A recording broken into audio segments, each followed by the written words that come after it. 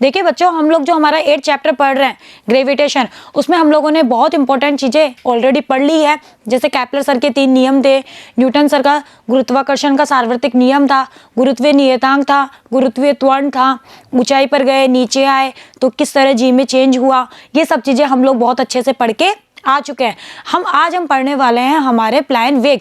वैसे देखो, इसको वेग नहीं कहा जाता है, इसको हम प्लायन चाल ही कहते हैं। अभी आपको समझ में आएगा कि ऐसा क्यों, क्योंकि जहां पर भी वेग वेलोसिटी की बात होती है तो हम लोग वेक्टर क्वांटिटी, क्योंकि हमें पता है कि हमारी जो वेलोसिटी है यानी कि जो वेग है वो एक वेक्टर क्वांटिटी होती है कि भाई इसका कुछ तो परिमाण होता है और इसकी एक निश्चित दिशा भी होती है।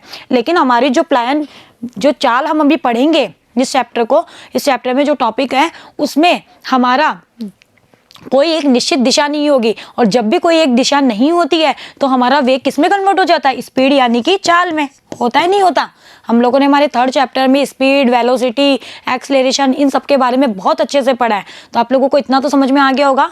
तो वैसे ये होता प्लायन चाल ही है, लेकिन बोलने में बहुत बार अक्सर हम बोल जाते हैं प्लायन वेग वेग वेग, लेकिन फिर भी इसका मतलब आप कभी भी ये मत समझना कि इसकी कोई एक दिशा होती है। ये दिशा के ऊपर डिपेंड ही नहीं करता। अभी हम देखेंगे कि हमारी जो प्लायन जो स्पीड होती है वो दिशा के ऊपर डिपेंड ही नहीं करती। तो आप लोग यहाँ पर वेग की जगह अगर चाल भी कर लेंगे तो वो ज़्यादा बेटर है, ताकि आप लोग कन्फ्यूज ना हो। तो यहाँ लिख लीजिए प्लायन चाल, एस्केप, स्पीड। बोलने में देखो बहुत बार अक्सर आपने सुना होगा प्लायन वेग वेग वेग, लोग वेग ही करते हैं, लेकिन हमें बस हमारे माइंड में ये सेट करना है कि ये जो वेग है इसका केवल परिमाण ही है, इसकी कोई एक दिशा नहीं है। चलिए अब हम जानते हैं इसके बारे में। तो यहाँ पर भी आप लोग करना चाहे तो इसको चाल ही कर लेना और वहाँ वेलोसिटी की जगह स्पीड कर लेना। अब देखो ये होती क्या है, प्लायन का मतलब होता है प्लायन कर जाना, मतलब कि छोड़कर चले जाना, मतलब कि वह वेलोसिटी या वह चाल, आप ऐसे कह सकते हो कि वह चाल जिससे अगर आप पृथ्वी की सतह से किसी भी वस्तु को फेंको ना तो वो पृथ्वी पर लौटकर वापस ना आए, उसके गुरुत्वीय क्षेत्र से बाहर चली जाए और पृथ्वी पर लौटकर कभी भी ना आए, वही चाल हमारी प्लायन चाल कहलाती है कि उसने पृथ्वी की सतह को प्लायन कर दिया। अब वो वापस लौट के कभी भी नहीं आएगी, उस पर पृथ्वी का ग्रेविटेशन काम करना बंद कर चुका है, अब वो लौट के आएगी नहीं। भाई जब तक ग्रेविटेशन लग रहा है और जहां तक लग रहा है तब तक तो वस्तु वापस ही आएगी। देखा है ना आपने, किसी पत्थर को आप उछालते हो तो वापस नीचे गिरता है, क्यों? पृथ्वी के ग्रेविटेशन के कारण। लेकिन अगर आप उसी पत्थर को प्लायन चाल से फेंक दो ना तो वो कभी भी लौटकर पृथ्वी पर नहीं आता है। ओके बच्चों, तो यही चाल हमारी कहलाती है प्लायन चाल, और इसकी पृथ्वी के लिए इसकी वैल्यू फिक्स होती है, चंद्रमा के लिए भी इसकी वैल्यू फिक्स होती है। इसका एक फॉर्मूला निकलता है जिससे इसकी वैल्यू हम निकालते हैं। तो पृथ्वी के लिए तो इसका मान आता है 11.2 किलोमीटर पर सेकेंड, 11.2 किलोमीटर पर सेकेंड। ओके, और चंद्रमा के लिए भी आता है इसका 2 पॉइंट समथिंग कुछ आता है। तो ये सब फिक्स होती है कि अगर आप इतनी चाल से किसी वस्तु को फेंक रहे हो तो वो कभी भी लौटकर पृथ्वी पर तो नहीं आएगी, वो उसके ग्रेविटेशन से बाहर जा चुकी है, अब वो वापस पृथ्वी पर नहीं आएगी। तो वह न्यूनतम वेग जिससे किसी वस्तु को पृथ्वी की सतह से ऊपर की ओर फेंकने पर ग्रेविटेशन जो क्षेत्र होता है उसको पार कर जाती है और लौटकर वापस नहीं आती है, हमारी प्लायन चाल कहलाती है।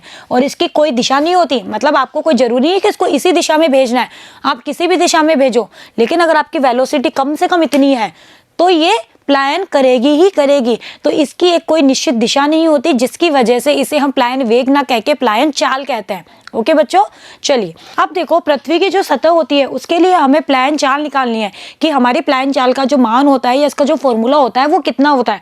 तो उसके लिए हम एक छोटा सा डेरिवेशन यहाँ करेंगे, बहुत ही ईजी सा डेरिवेशन है, आप आसानी से कर सकते हैं। और आपको ये फॉर्मूला डायरेक्ट याद रखना भी है, जरूरी थोड़ी है वो पृथ्वी के लिए पूछे, भाई पृथ्वी के लिए तो फिक्स है, वो आपको किसी और के लिए पूछ ले तो आपको फॉर्मूला भी पता होना चाहिए। तो हम मान लेते हैं कि हमारे जो प्लायन चाल है वो V ऑफ E है। देखो सब जगह वेग वेग लिखा हुआ है, लेकिन आप वेग से मैंने आपको समझा दिया है कि ये इसकी दिशा नहीं होती है, इसलिए नॉर्मली प्लायन चाल ही होती है। तो V ऑफ E बना। अब देखो V ऑफ E है ना, E मतलब एस्केप, इसलिए हमने इसको V ऑफ E लिखा। किसी m द्रव्यमान की वस्तु को, कोई भी एक वस्तु है जिसका द्रव्यमान मैंने स्मॉल m मान लिया, और उस स्मॉल m द्रव्यमान की वस्तु को मैंने इतनी वेलोसिटी से फेंका, इतनी वेलोसिटी V ऑफ E से मैंने उसको फेंका कि वो अनंत पर चली गई। अनंत का मतलब है कि पृथ्वी के गुरुत्वाकर्षण जो क्षेत्र है उसको वो पार कर गई, अब लौटकर नहीं आने वाली। तो यहाँ पर अनंत पर वो चली गई। अब देखो जैसे ही वो वस्तु अनंत पर चली गई तो अनंत पर जाते जाते उसकी गतिज ऊर्जा क्या हो गई, जीरो हो गई। हुई नहीं हुई? पहले तो उसकी वेलोसिटी इतनी थी, जब वो अनंत पर चली गई तो वहां उसकी वेलोसिटी कितनी हो गई, जीरो। आपको अच्छे से पता है कि यांत्रिक ऊर्जा का संरक्षण नियम जो हम लोग हमारे लास्ट चैप्टर्स में अच्छे से पढ़ के आ चुके हैं। यांत्रिक ऊर्जा होती क्या है, स्थितिज ऊर्जा और गतिज ऊर्जा का योग होती है। तो आपको अच्छे से पता है कि यांत्रिक ऊर्जा जो होती है वो संरक्षित राशि होती है ना। तो यांत्रिक ऊर्जा का संरक्षण नियम हम यहाँ लगाएंगे कि पहले इनिशियली उसकी यांत्रिक ऊर्जा कितनी थी, जब वो इनफाइनाइट पे पहुंच गई तो उसकी कुल यांत्रिक ऊर्जा कितनी है, इन दोनों को हम बराबर कर देंगे और यहाँ से हम वैल्यू निकालेंगे हमारी एस्केप स्पीड की, यानी कि v ऑफ e की। तो अब देखो, तो ये देखो अगर इसका डायग्राम बनाए तो ऐसे है, जैसे ये मान लो पृथ्वी है जिसका द्रव्यमान है m ऑफ e, इसकी रेडियस है कैपिटल R। यहाँ पर कोई m नॉट या m द्रव्यमान, m मान रहे हो तो m, अगर आप m नॉट मान रहे हो तो यहाँ भी m नॉट कर लो। m नॉट द्रव्यमान की कोई वस्तु है जिसको आपने इसकी सतह से v वेलोसिटी या v ऑफ e वेलोसिटी से फेंका, जो इनफाइनाइट पे चली गई। जब ये इनफाइनाइट पे गई तो इसकी जो फाइनल वेलोसिटी है वो जीरो हो गई। हुई नहीं हुई? अब देखो यांत्रिक ऊर्जा का संरक्षण नियम जब हमने लगाया, यांत्रिक ऊर्जा क्या होती है, गतिज और स्थितिज ऊर्जा। शुरुआत में कितनी गतिज ऊर्जा और कितनी स्थितिज ऊर्जा थी, देखिए शुरुआत में हमारी वस्तु का m, अगर हम m द्रव्यमान मान रहे हैं तो m, और वेलोसिटी कितनी थी, v ऑफ e स्क्वायर, ये तो थी इसकी गतिज ऊर्जा, प्लस स्थितिज ऊर्जा। स्थितिज ऊर्जा हम लोग हमारे लास्ट जो वीडियोस है उनमें पढ़ के आ चुके हैं, कितनी होती है, minus G small m capital M upon R। हम पृथ्वी की सतह पर है इसलिए हम पृथ्वी की सतह से ले रहे हैं, तो कितनी हो जाएगी, माइनस जी m capital M upon R।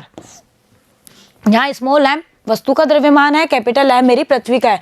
अब बराबर फाइनल गतिज ऊर्जा, देखो जब वस्तु अनंत पर पहुंच गई तो उसकी वेलोसिटी हो गई जीरो, इसलिए गतिज ऊर्जा भी जीरो। भाई हाफ mv स्क्वायर से निकालोगे वेलोसिटी जीरो तो जीरो। और लास्ट जो वीडियो थी उनमें मैंने आपको बताया था कि अनंत पर स्थितिज ऊर्जा का मान जीरो होता है ना, तो अनंत पर स्थितिज ऊर्जा भी कितनी हो गई, जीरो। तो जीरो प्लस जीरो आया आपको समझ में, बस। तो यहाँ से अब आप v ऑफ e की वैल्यू नहीं निकाल सकते, निकाल लीजिए, कितना आ गया। अब देखो यहाँ से जब आप v ऑफ e निकालोगे, m से m तो कट गया, तो यहाँ से बचा मेरे पास में half ve square is equal to G M upon R. अब लास्ट वीडियो में आप लोगों ने gm की वैल्यू भी सीखी है, कितनी होती है, निकाली थी g की वैल्यू, g था gm upon R square, small g और कैपिटल G, m और r में हमने रिलेशन निकाला था। तो यहाँ से gm की वैल्यू में जी आर स्क्वायर भी रख सकती हूँ, तो ये आ गया इतना। तो gm की जगह मैंने रख दिया जी आर स्क्वायर, r से एक r कट जाएगा और जब आप v ऑफ e निकालोगे तो वो आएगा √2gr। ये स्मॉल g की फॉर्म में है, यानी कि गुरुत्वीय त्वरण की फॉर्म में है। और ये जो फॉर्मूला आप यहाँ से निकालोगे ना डायरेक्टली, वो निकलेगा गुरुत्वाकर्षण नियतांक की फॉर्म में। तो दोनों आपको ध्यान में रखना है, ये आपके लिए होमवर्क है कि आप इस v ऑफ e का फॉर्मूला इस g की फॉर्म में भी निकालिए। वो तो डायरेक्टली यहाँ से निकल ही जाएगा, ये 2 मल्टीप्लाई हो गया, 2 अंडर रूट में आ जाएगा, √2gm अपॉन आर, और पूरा अंडर रूट में इतना आएगा। चलिए, तो ये आ गया मेरी एस्केप जो स्पीड है उसका formula, √2 small g into capital R, जहाँ स्मॉल g क्या है, मेरा गुरुत्वाकर्षण त्वरण, जिसकी वैल्यू आपको पता है पृथ्वी के लिए कितनी होती है, 9.8 मीटर पर सेकंड स्क्वायर होती है। R होती है पृथ्वी की त्रिज्या, पृथ्वी की त्रिज्या की भी एक फिक्स वैल्यू होती है। जब आप दोनों वैल्यूज को यहाँ पर रखोगे, पृथ्वी की त्रिज्या की वैल्यू ये, g की वैल्यू ये 2a, तो v का जो मान है वो कितना आता है पृथ्वी के लिए, 11.2 किलोमीटर पर सेकेंड, यानी कि 1 सेकेंड में 11.2 किलोमीटर चल रही है। इसका मतलब ये तो होगा, तो अगर आप किसी वस्तु को पृथ्वी की सतह से 11.2 किलोमीटर पर सेकंड के वेग से फेंकोगे तो वो पृथ्वी से प्लायन कर जाएगी, यानी कि इसके ग्रेविटेशन जो एरिया है उसको पार कर जाएगी और कभी भी लौट कर पृथ्वी पर नहीं आएगी, इसीलिए इसे कहते हैं प्लायन वेग। ओके बच्चों, तो ये आप ध्यान रखना, पृथ्वी के लिए तो इसका मान इतना होता है। अब देखो यहाँ से एक इंपॉर्टेंट चीज हमें और समझ में आ रही है, वो क्या, कि हमारा जो प्लायन वेग का फॉर्मूला है, बताओ इसमें कहीं पर भी हमने जो वस्तु ली उसका द्रव्यमान आ रहा है, नहीं ना। ये तो किस पे डिपेंड कर रही है कि जिस सतह से आप उसको फेंक रहे हो उसका गुरुत्वीय मतलब उसका त्वरण कितना है वो, और उसकी त्रिज्या कितनी है वो, यानी कि ये तो g और r पे डिपेंड कर रही है। यानी कि वस्तु का द्रव्यमान कितना भी हो, हमारे प्लायन वेग पर कोई फर्क नहीं पड़ता है, यानी कि हल्की वस्तु हो चाहे भारी वस्तु हो, बस वेलोसिटी आपकी इतनी होनी चाहिए। ठीक है। अगर आप पृथ्वी की सतह से फेंक रहे हो तो अभी हम चंद्रमा के लिए भी देखेंगे तो चंद्रमा के लिए भी इसकी वैल्यू निकलती है। और इसी से हमें एक चीज और समझ में आएगी कि आखिर हमारे चंद्रमा के ऊपर वातावरण क्यों नहीं है। आप लोगों ने सुना होगा ना बहुत बार कि चंद्रमा के ऊपर कोई भी एनवायरनमेंट नहीं है, कोई भी वातावरण नहीं है, सुना होगा ना। तो वो इसीलिए है। अभी हम जानेंगे कि ऐसा क्यों। तो आप लोगों को पृथ्वी के लिए प्लान वेग समझ में आया। फॉर्मूला आपको ध्यान रखना है, पृथ्वी के लिए निकालना है। जब तो हमने ये वैल्यूज रख दी, अगर वो किसी और चीज के लिए पूछे तो वो आपको उसके लिए जी और आर देगा। तो आप इस फॉर्मूले से आसानी से निकाल सकते हो। अब देखो, किसी भी वस्तु को ग्रह के गुरुत्वीय क्षेत्र से बाहर भेजने के लिए आवश्यक न्यूनतम वेग प्लायन वेग कहलाता है।